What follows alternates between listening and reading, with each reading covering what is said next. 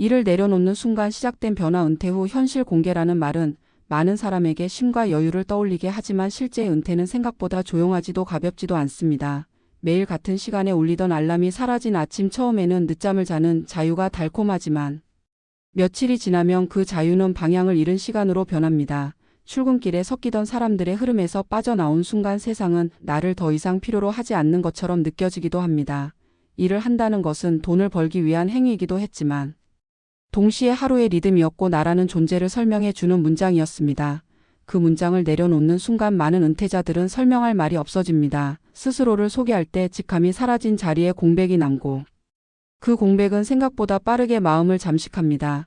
50대 중반의 정년퇴직을 한 남성의 이야기가 떠오릅니다. 그는 30년 넘게 같은 회사에서 같은 이름으로 불려왔습니다. 부장이라는 호칭은 그의 이름보다 먼저 따라붙었고 회의실에서 그의 말은 늘 무게를 가졌습니다. 은퇴식 날 그는 웃으며 꽃다발을 들었지만 집으로 돌아오는 길에 갑자기 숨이 막히는 느낌을 받았다고 말합니다. 다음 날 아침 아무도 그를 부르지 않았고 전화도 울리지 않았습니다. 아내는 출근했고 아이들은 각자의 삶으로 흩어져 있었습니다. 그는 텅 빈 거실에 앉아 리모컨을 만지작거리며 하루를 시작했지만 시작이라는 말이 무색하게 하루는 끝을 향해 흘러갔습니다. 며칠 동안은 미뤄두었던 드라마를 보고 산책도 했지만 곧 시간이 남는 것이 아니라 시간이 덮쳐온다는 느낌이 들었다고 합니다. 점심시간이 되면 회사 근처 식당에서 후배들과 나누던 소소한 농담이 떠올랐고 그리움은 어느새 분노로 바뀌었습니다. 왜 나를 이렇게 쉽게 밀어냈을까? 왜 나는 이렇게 빨리 잊히는 사람이었을까? 그 질문은 스스로를 향해 날카롭게 돌아왔습니다.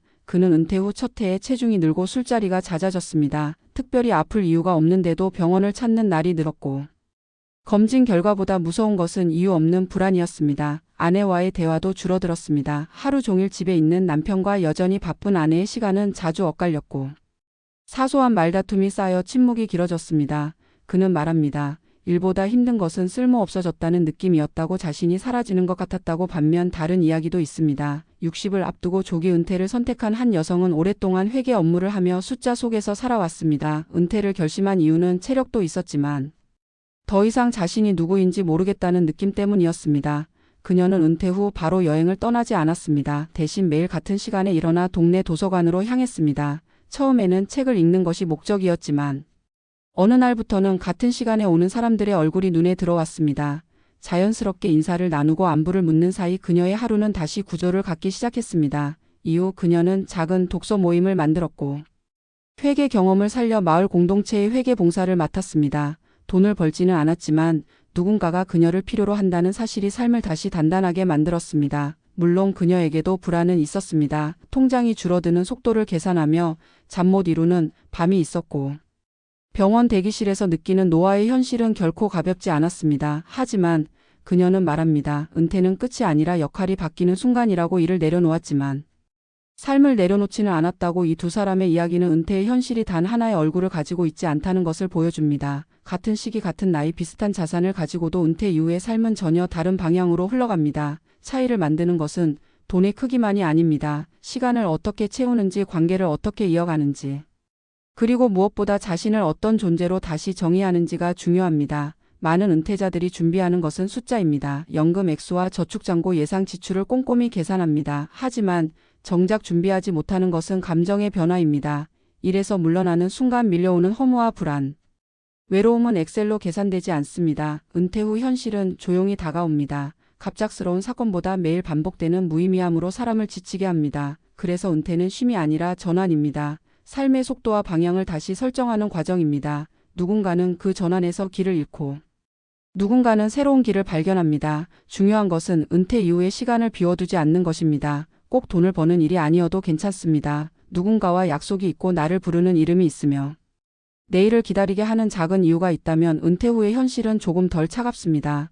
일을 내려놓는 순간 시작된 변화는 피할 수 없습니다. 하지만 그 변화가 무너짐이 될지 성숙이 될지는 준비의 방향에 달려 있습니다. 은퇴는 끝난 이야기가 아니라 다시 쓰는 이야기입니다. 그리고 그 이야기는 오늘 하루를 어떻게 보내느냐에서부터 조용히 시작됩니다. 은퇴 이후의 삶을 이야기할 때 우리는 종종 준비라는 단어를 사용하지만 그 준비가 무엇을 의미하는지에 대해서는 깊이 고민하지 않습니다. 많은 사람들은 은퇴 준비를 자산의 크기나 연금의 액수로 이해합니다. 물론 그것은 매우 중요합니다. 그러나 현장에서 수많은 은퇴자들을 만나보면 노후를 무너뜨리는 결정적인 요인은 숫자가 아니라 감정이라는 사실을 반복해서 확인하게 됩니다.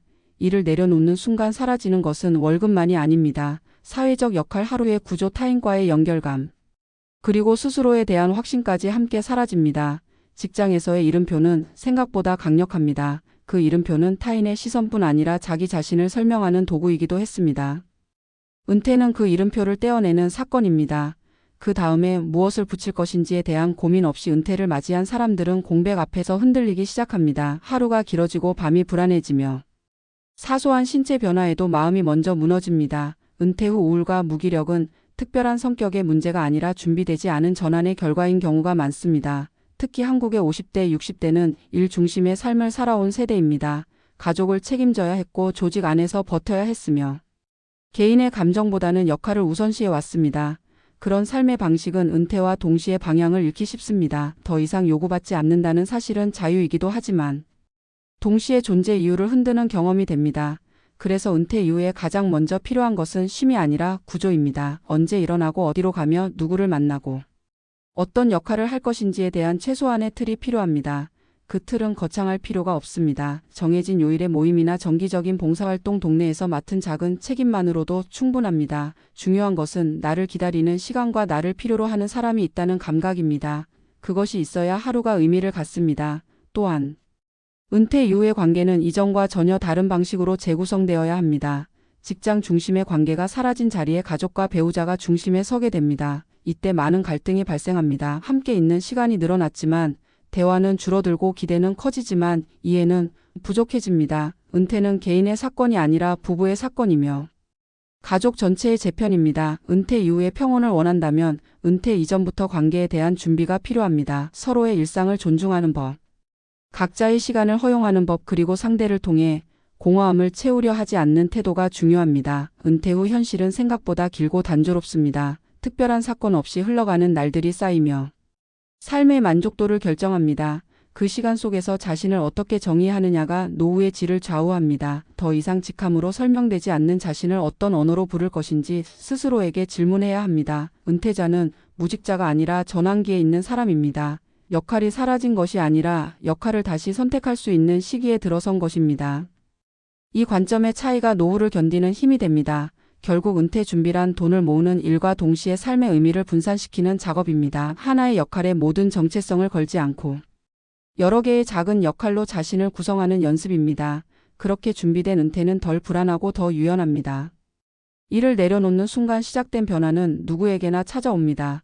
그 변화 앞에서 무너질지 다시 설지는 은퇴 이후가 아니라 은퇴 이전의 선택에서 결정됩니다. 지금 이 순간에도 은퇴를 앞두고 있다면 자산표 옆에 삶의 구조를 함께 적어보길 권합니다. 나는 누구와 연결될 것인가? 나는 어떤 이유로 아침을 맞이할 것인가? 은퇴는 끝이 아니라 질문의 시작입니다. 그 질문에 답하려는 사람만이 노후를 자기 삶으로 살아갈 수 있습니다. 그리고 이 이야기를 듣는 지금의 당신 역시 언젠가 그 질문 앞에 서게 될 것입니다. 그때를 위해 오늘의 삶에 작은 역할 하나를 더해두는 것, 그것이 가장 현실적인 은퇴 준비일지도 모릅니다.